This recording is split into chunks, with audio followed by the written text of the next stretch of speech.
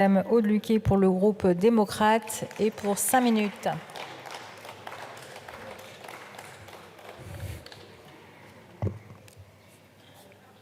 Madame la Présidente, Monsieur le Ministre, Messieurs les rapporteurs, mes chers collègues, à la fin de notre discussion générale, nous aurons en France artificialisé l'équivalent de 8 terrains de football. Qui dit artificialisation dit des terres naturelles que l'on grignote avec les conséquences que l'on connaît.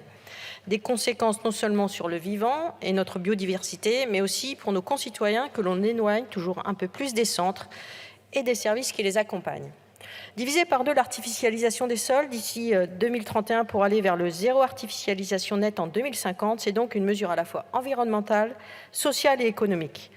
Environnementale d'abord, qu'elle nous permet de lutter contre la fragmentation des espaces naturels et de replacer la nature et ses vertus pour le commun au cœur de nos projets d'aménagement.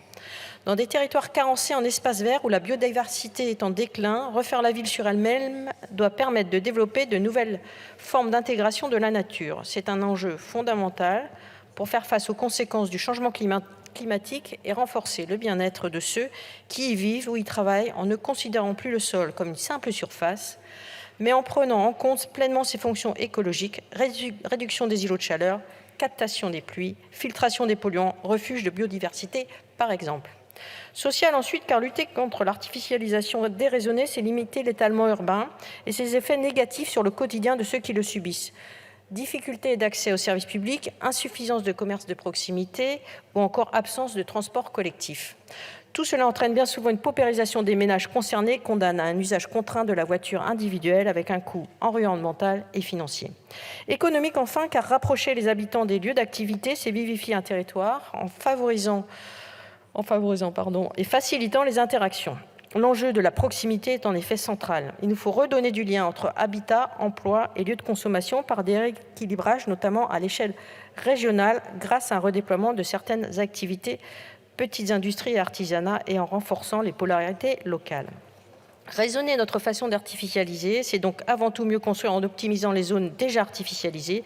Il nous faut aller vers une plus grande densification, une réduction de la fragmentation urbaine. Surélévation des bâtiments, transformation des sous-sols, changement d'usage, mobilisation des bâtiments vacants à des friches qui représentent 170 000 hectares à elles toutes seules, autant de solutions à privilégier pour optimiser l'existant. Attention, il ne s'agit pas ici d'entasser et d'étouffer les populations dans les villes cloisonnées, mais de repenser notre façon d'aménager qui a prévalu jusqu'à aujourd'hui. Comment ?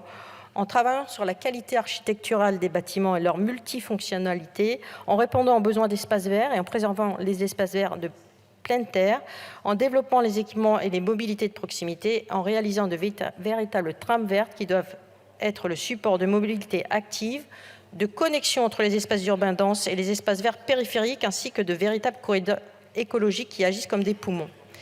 Des villes et des villages plus compacts, c'est l'assurance d'un accès facilité à l'ensemble des besoins du quotidien avec une moindre dépendance à la voiture individuelle.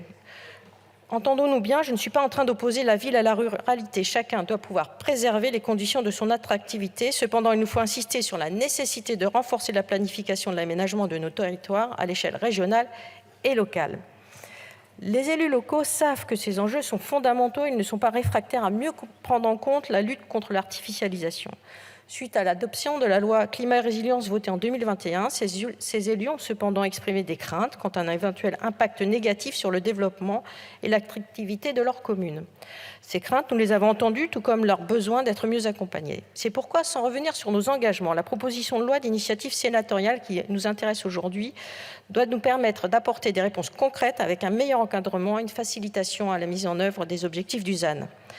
Dans ce texte, nous nous sommes fixés des objectifs forts et ambitieux pour parvenir à un juste équilibre qui concilie protection de la biodiversité et attractivité de nos territoires, notamment face aux enjeux de la réindustrialisation. Nos débats en commission ont permis d'évoquer des enjeux majeurs, que ce soit concernant les projets d'intérêt national, régional ou intercommunal, le droit minimal à construire ou encore la prise en compte des efforts passés de sobriété foncière.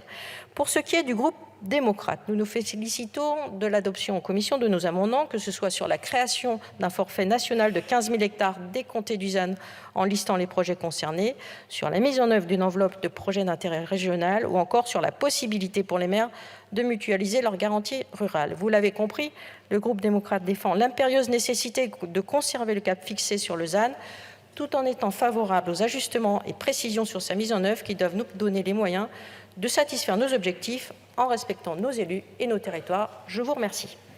Merci, Madame la députée.